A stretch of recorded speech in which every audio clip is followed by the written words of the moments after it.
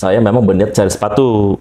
Nah, akhirnya masuklah ke toko-toko sepatu. Ternyata itu made in Indonesia. Oh, berarti produk Indonesia itu bisa matching di luar negeri, bisa setara dengan produk luar negeri di sana. Kalau keuangan itu sih sebenarnya full time. Kalau dia full time, dia fokus dia di sini karena hari-hari ini yang dihadapin. Masih sering tercampur keuangan antara pribadi dengan usaha.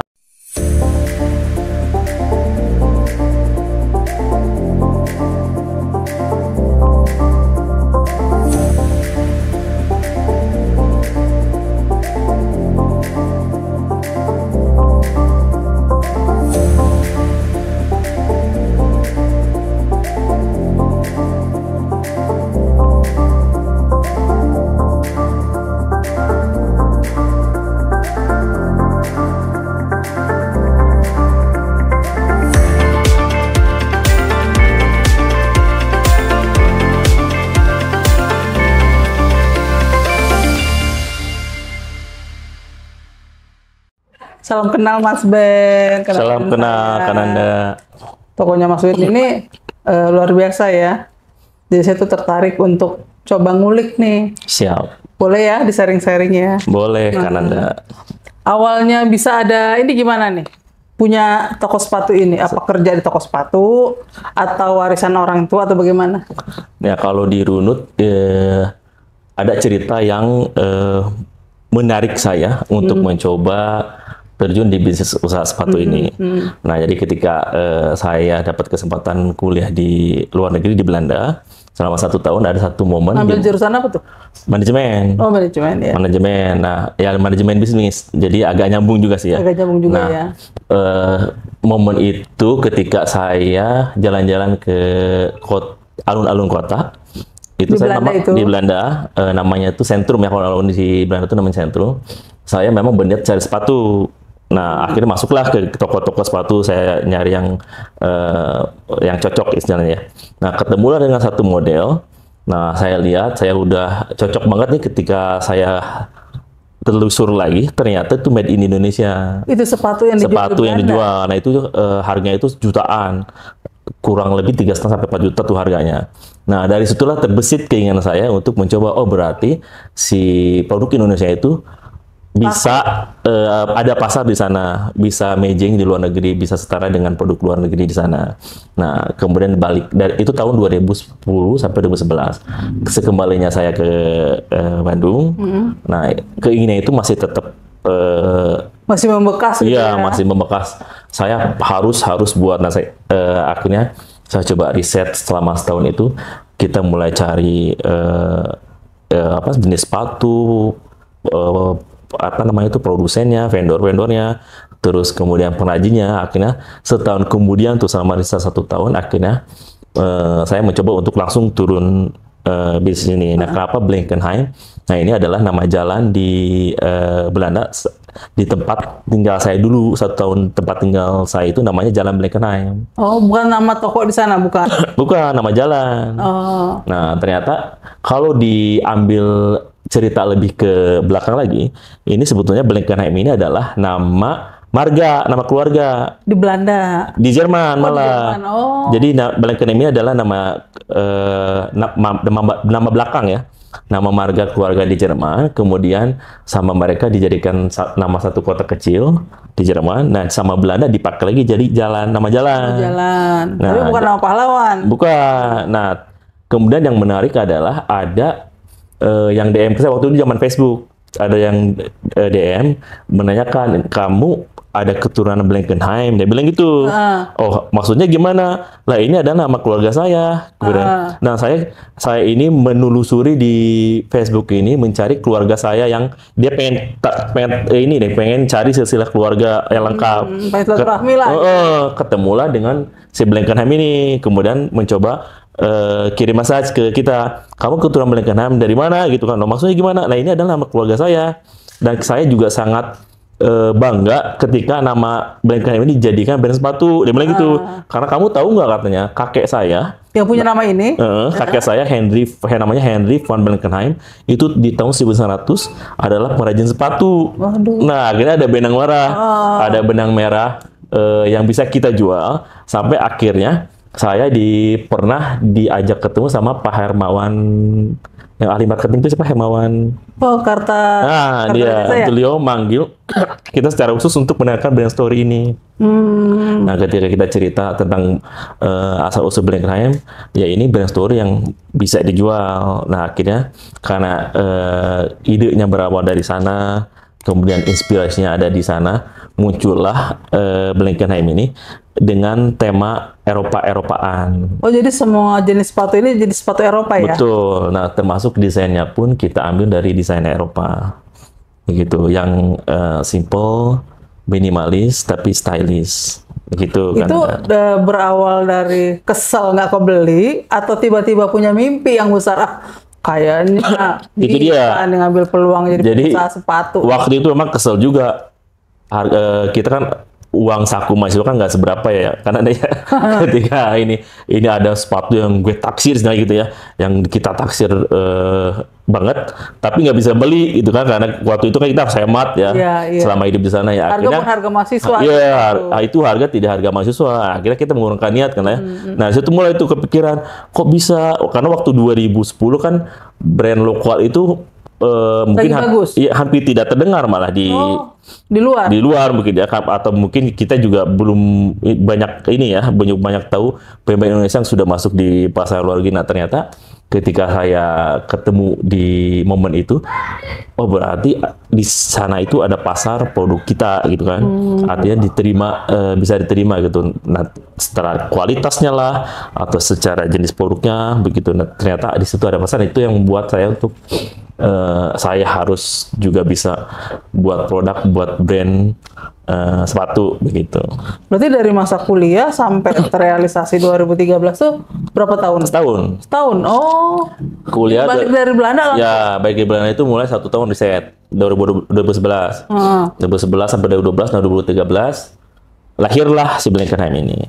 Kan orang biasanya mimpinya, apalagi kalau kuliah di luar ya, pasti mau kerja di perusahaan besar, enggak cari perusahaan-perusahaan PMA gitu. Kok kepikiran gitu loh mau jadi pengusaha sepatu? Memang kebetulan apa gitu, maksudnya siapa yang contoh, apa bapak dulu usaha sepatu atau bagaimana? Nah, itu sebenarnya kalau ditarik ke belakang lagi ya, jadi bertahun-tahun yang lalu orang tua saya itu sebetulnya dia jualan sepatu. Nah, tapi dulu orang tua saya itu ngambil sepatu punya orang, dijual lagi, begitu. Dijual secara door to door. Nah, saya ini juga sama mengikuti jejak orang tua, cuma dengan bendera atau brand sendiri. Dan kalau orang tua kan nggak produksi ya? Nggak produksi, jadi dia cuma distributor. Jadi dia ambil produknya di Cibaduyut, karena lokasi rumah kita yang berdekatan dengan Cibaduyut. Ngambil tuh orang tua saya ngambil sepatu, kemudian dijual lagi secara langsung door to door begitu. Dan waktu awal-awal apa udah langsung punya toko atau di garasi atau bagaimana? Enggak, justru di 2013 itu kita full online malah. Udah mulai online 2013. Tapi online-nya di Facebook, di Instagram gitu, karena kita juga terbatasan modal waktu itu ya. Modal tidak banyak, tapi saya juga sudah pengen langsung terjun lah. Modal nggak seberapa banyak. Makanya kita di awal itu lebih ke online. Balik dari Belanda, duluan buka usaha apa duluan jadi karyawan? Karyawan, karena saya ke Belanda itu kan dapat beasiswa dari kantor.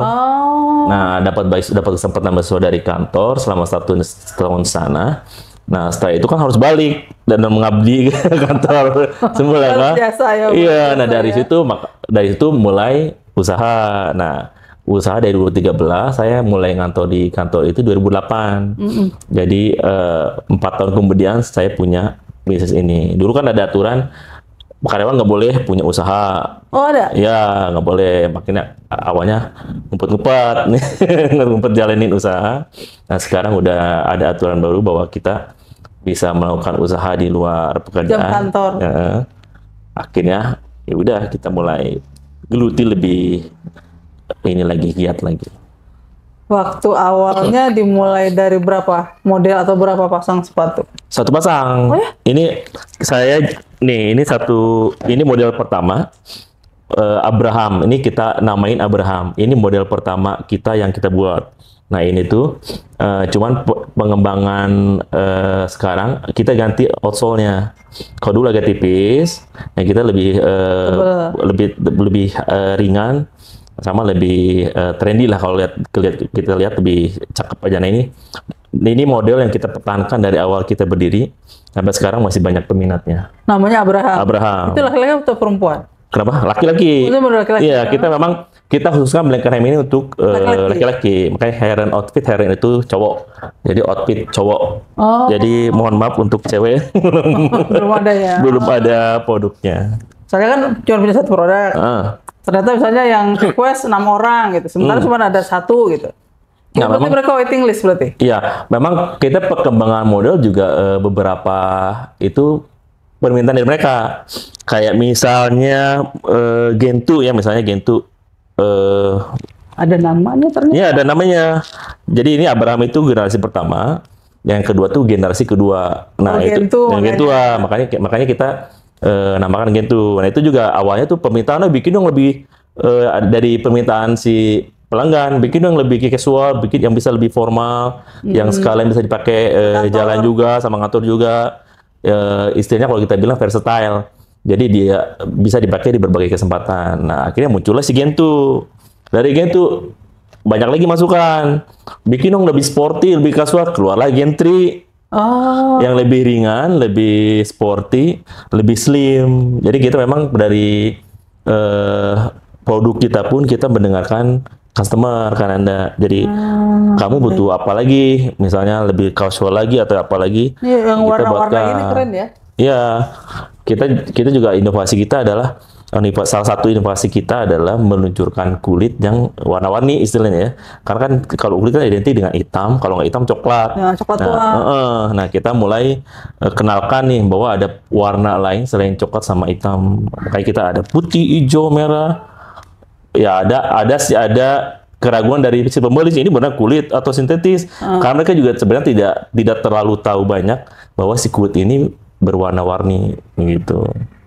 Ada kendala nggak sih waktu awal-awal buka usaha? Maksudnya kendala itu bisa juga kendala sumber daya sumber daya kulit, terus keuangan mungkin, atau juga karyawan. Karyawan, memang ya kendala itu sudah pasti ada lah ya di setiap perusahaan, apalagi kita yang baru merintis.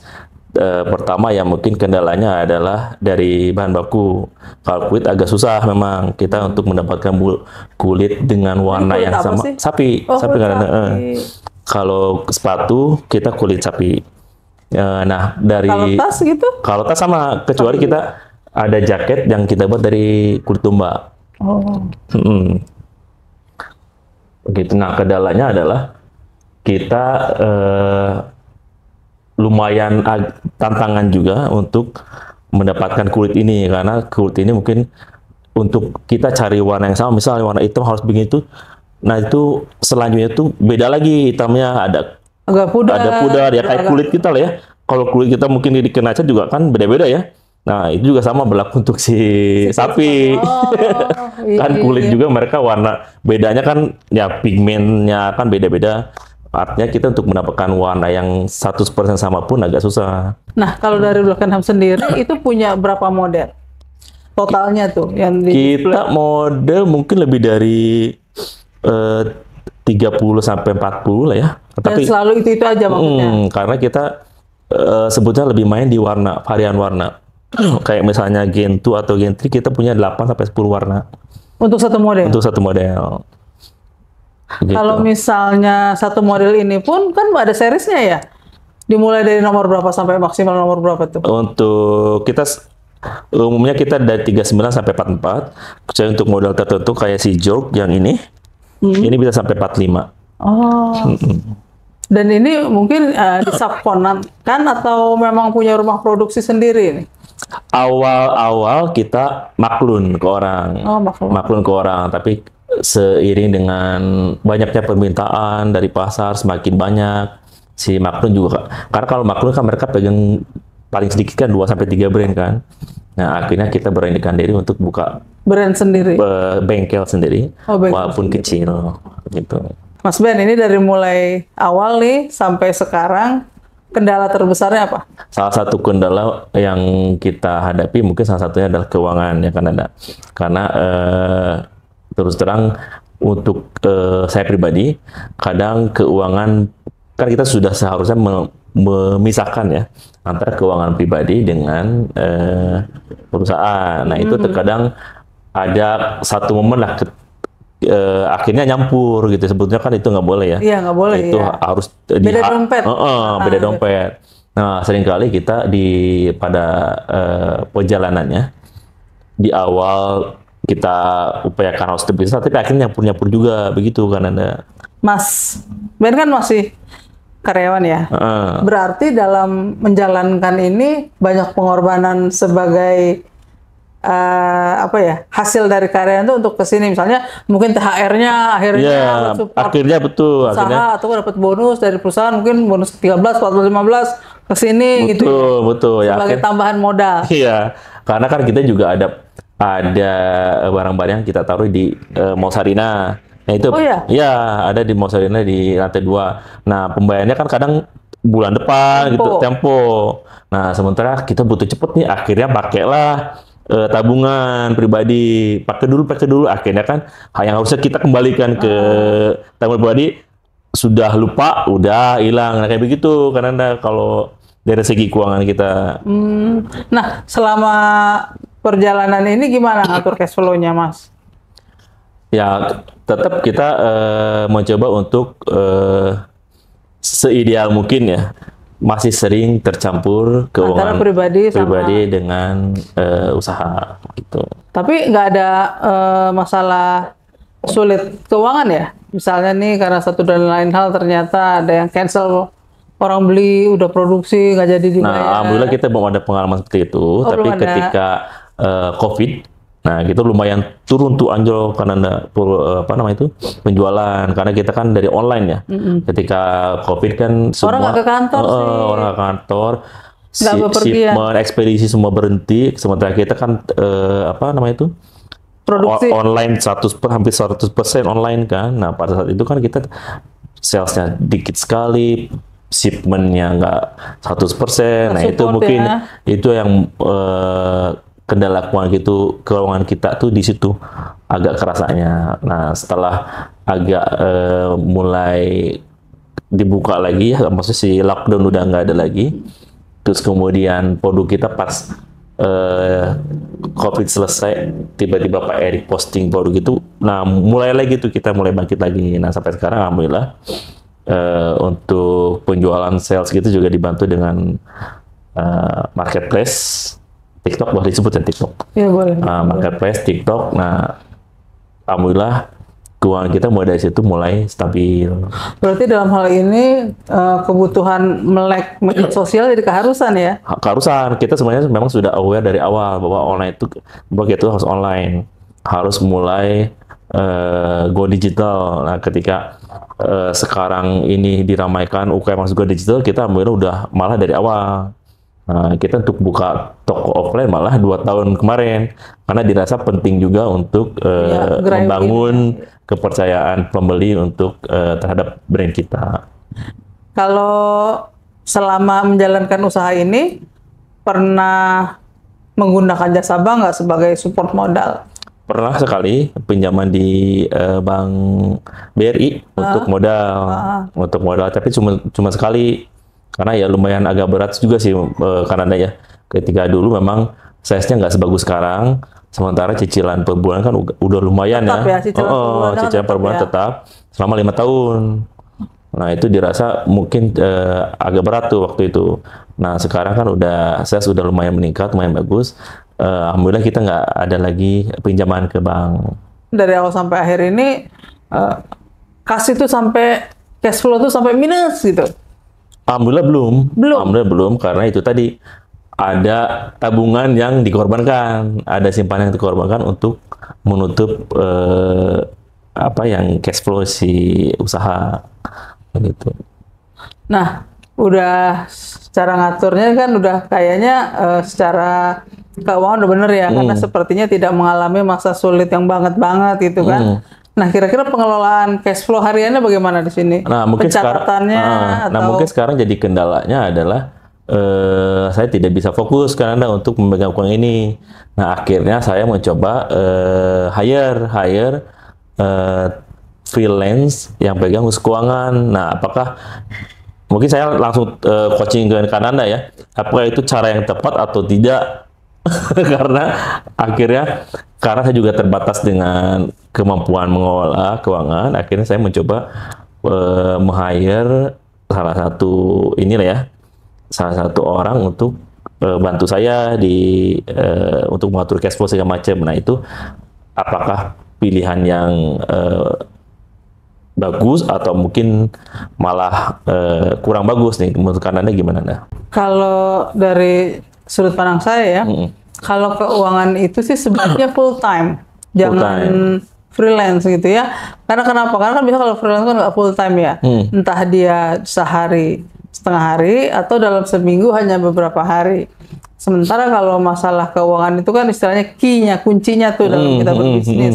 Jangan sampai dipegang oleh orang yang nggak full time seperti itu. Karena kalau dia full time, dia fokus dia di sini karena hari-hari ini yang dihadapin. Istilahnya selisih uang sedikit pun cepat dapat ketemunya gitu kan. Kalau orang freelance itu biasanya kan setengah pemikirannya ada di mana-mana, setengah pemikirannya di sini gitu. Kalau saran saya sih sebaiknya bagian keuangan itu satu orang dedicated gitu ya. Iya. Oh, siap. Kalau sales mungkin bisa freelance, beberapa sales. Karena kan orientasinya penjualan kan, biarpun dia freelance tapi dia bisa melakukan berapa losin kan, poin juga buat dia tanpa dia harus full time di sini gitu. Beda dengan bagian keuangan sih. Saran saya kalau bagian keuangan itu full time. Siap. Mungkin nanti kita coba cari yang dedicated ya kayaknya ya. Ini kan saya dengar juga udah mulai ikut pameran luar negeri ya. Itu gimana sih awalnya sampai pede ikut pameran? Pertama juga kan itu pasti produk ini lolos untuk dipamerkan kan? Betul. Jadi kita kebetulan waktu terakhir kemarin ke Amerika itu kita diajak Kementerian Koperasi Kanada. Jadi memang kita sebagai pelaku usaha ya, memang sudah seharusnya kita merapat ke pemerintah, baik itu pemerintah daerah atau pemerintah pusat. Nah, untuk menjadi binaan. Nah, mereka itu punya program pemberdayaan UKM. Nah, kita tuh alhamdulillah sudah dibina oleh beberapa kementerian. Dan udah berapa tahun itu? Udah lumayan lebih dari 5 tahun.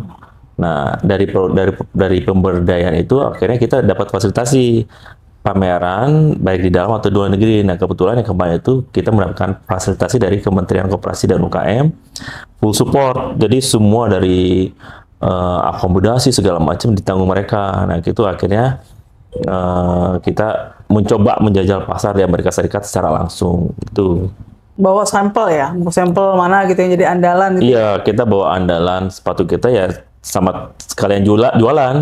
Nah, di sana juga kita ada kesempatan business matching, mengenalkan produk kita ke publik Amerika, ke buyer Amerika. Nah, alhamdulillah dari akhirnya follow up-nya adalah ada dari Amerika Serikat langsung datang ke sini untuk melihat secara langsung. Ada nggak tokonya? Bener nggak nih? Ternyata iya, dia sangat antusias dengan produk kita dan sangat tertarik untuk menjalin kerjasama dengan kita. Kedepannya apa planningnya? Ya, kita pengen Blankenheim ini lebih luas lagi, dapat pasar yang lebih lebar lagi, luas lagi, skopnya internasional. Kita pengen mencoba masuk ke pasar luar negeri semasif mungkin lah ya, pengennya kita. Karena kebetulan juga kemarin kita udah ikut Trade Expo Indonesia, fasilitasi dari Kementerian Perdagangan. Kita ketemu nih beberapa buyer, ada dari Australia, ada dari India, ada dari Afrika yang tertarik dengan produk kita. Nah, mudah-mudahan kita akan coba follow up untuk bisa akhirnya deal mereka membeli sepatu atau produk kita yang lain. Berarti dalam hal ini untuk Blankenheim ini tidak ada kendala di produksi ya? Tidak ada kendala di bahan baku juga, jadi memang kayaknya fokusnya strategi pemasaran. Ya. Perluasan usaha. Nah, untuk sekarang mungkin fokus ke depan kita adalah pemasaran yang lebih luas lagi. Karena untuk produksi dan marketing mungkin lokal ya, kita sudah lumayan ada dibantu dengan marketplace itu tadi. Nah, sementara kita sekarang adalah planningnya adalah melebarkan sayap ke luar negeri, begitu Kak. Ini sih luar biasa ya. Sampai hari ini kan masih jadi karyawan ya. Karyawan. Itu ada nggak sih saran-sarannya untuk karyawan yang masih jadi karyawan, pengen usaha? Itu satu. Yang kedua, gimana sih bagi usahanya untuk yang awal-awal? Apakah hanya kita bekerja di Sabtu Minggu atau gimana? Sebenarnya kan walaupun kita sudah jadi karyawan ya Kak ya, kita mencoba cari peluang di luaran, karena sebetulnya di luar itu banyak sekali peluang yang kita bisa garap ya. Nah, makanya saya juga mungkin melihat ada peluang waktu ketika saya menemukan produk itu di luar, berarti ada peluang yang bisa juga digarap nih ya. Nah, sarannya adalah ya saya teman-teman yang memang punya minat untuk jualan, langsung aja jualan, langsung aja usaha, karena kita juga tidak tahu ya ke depan. Jadi maksudnya jangan takut dulu ke depan seperti apa, tapi coba jalani. Kalau misalnya gagal ya coba lagi begitu, untuk mencoba cari peluang, istilahnya mendapatkan pemasukan di tempat lain begitu katanya, atau di pintu-pintu yang lain gitu. Nah, waktu awal sebagai karyawan ya, pasti kan ada yang dikorbanin nih. Maksudnya gini, misalnya punya gaji, aturan bisa beli HP baru gitu misalnya. Mungkin menahan diri kali ya, untuk nggak beli barang-barang yang istilahnya nggak penting-penting banget, demi terkumpulnya modal. Betul? Ya, betul. Ya, akhirnya kan karena kita juga modal terbatas ya kan Anda waktu itu. Akhirnya untuk mencoba misal develop produk baru, kan itu butuh modal juga ya. Akhirnya kita mengorbankan ya tabungan yang kita udah sisihkan untuk keperluan ABCD. Nah, kita alihkan dulu untuk usaha gitu. Dan juga berarti juga ini ya, selama dari awal itu Mas Ben itu udah bisa menunda kesenangan. Misalkan kalau anak sekarang kan dikit-dikit tongki. Iya. Dikit-dikit tongki ke kafe apa segala macam gitu. Berarti itu nggak dilakukan kan? Ya mungkin tidak seintens sekarang ya. Mungkin waktu dulu. Mungkin dulu ya ini dulu ngerem ya. Ngerem entar dulu deh, mungkin lebih ke sini dulu, karena kita juga pengen si usaha ini kan besar dan semakin besar dan berkembang. Nah, caranya yaitu tadi mungkin mengerem kebutuhan yang tidak terlalu penting. Nah, kita alihkan dulu ke perluasan usaha. Nah, dari 100% gaji ini, berapa sih dialokasikan untuk simpanan? Untuk simpanan? Ya maksudnya entah modal usaha kah, atau dana darurat, itu berapa persen? Karena kan dari awal udah niatnya sebagai pengusaha tuh kuat sekali ya. Nah, waktu di awal atau di awal mungkin bisa sampai 50-60 kan Anda. Dari pendapatan kita sisihkan untuk modal, karena terus terang di awal itu kita kan belum ada suntikan modal dari perbankan atau dari lembaga lain lah ya, yang benar-benar modal sendiri. Ya dari mana modalnya kalau misalnya nggak dari? Berarti sebagai karyawan, istilahnya kan kalau anak juga kan kita pasti ada sedikit bantu orang tua atau apa gitu ya. Mampu ya di 40% gaji itu ya? Ya diharuskan, makanya kita modal nekat aja. Jadi memang harus dipaksain ya, kalau nggak gitu ya nggak bisa jalan. Ya karena kan gini, zaman sekarang itu kebanyakan tuh yang mau jadi pengusaha awal-awal, gaya hidupnya kamu turun, betul, tapi pur modal nih buat jalanin usaha, sementara modal besar di awal nggak ada. Jadi sama-sama nggak ada yang mau dikorbanin untuk suatu cita-cita dia menjadi entrepreneur gitu. Apalagi kan sekarang karena ada afiliator ya. Afiliator sebetulnya itu untuk mencari peluang, istilahnya untuk ngumpulin uang. Kita kan afiliator bisa mempromosikan produk orang lain ya. Nah, itu kan bisa dapat penghasilan situ. Nah, itu bisa dikumpulin jadi modal sebetulnya kalau kita memang berniat. Iya, kalau memang kita niat mau usaha, cari modal di zaman sekarang banyak kok peluang yang bisa digarap Mas gitu. Ben ngeliatnya lebih banyak peluangnya Sekarang ini. Kalau di zaman dulu waktu saya memulai usaha ya, sekarang itu sebetulnya lebih harusnya lebih gampang dan lebih mudah didapat betul dengan ada peluang di sosial media lah, di marketplace lah.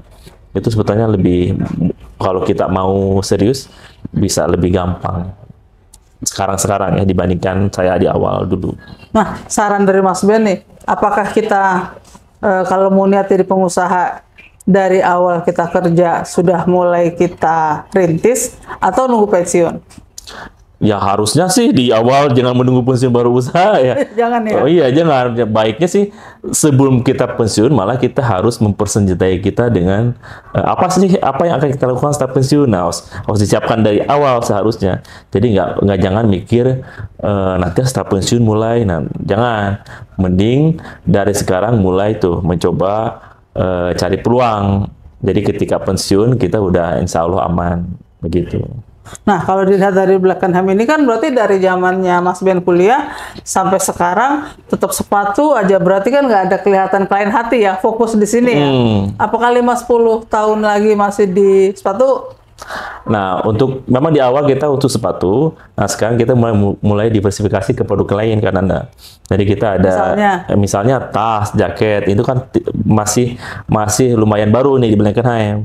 Nah, kita juga berencana zero waste. Jadi kita limbah-limbah yang kita hasil dari sepatu kita akan daur ulang lagi untuk brand yang baru.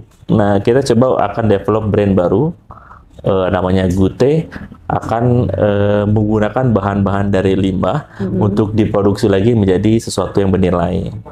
Gitu. Berarti masih seputar jalur perkulitan. Iya.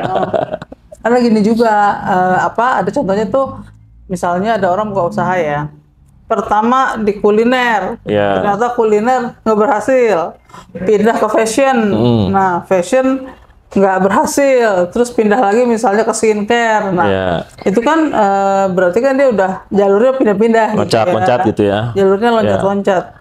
Ya mungkin ke depan dari Beckenham juga akan mencoba lini baru karena mungkin karena kita sekarang ini khusus di cowok, mungkin ke depan kita juga tidak tahu akan mencoba di produk-produk cewek, entah di fashionnya atau aksesorisnya begitu. Mas Ben, terima kasih loh. Sama-sama, terima kasih juga sudah mampir. Terima kasih sharingnya.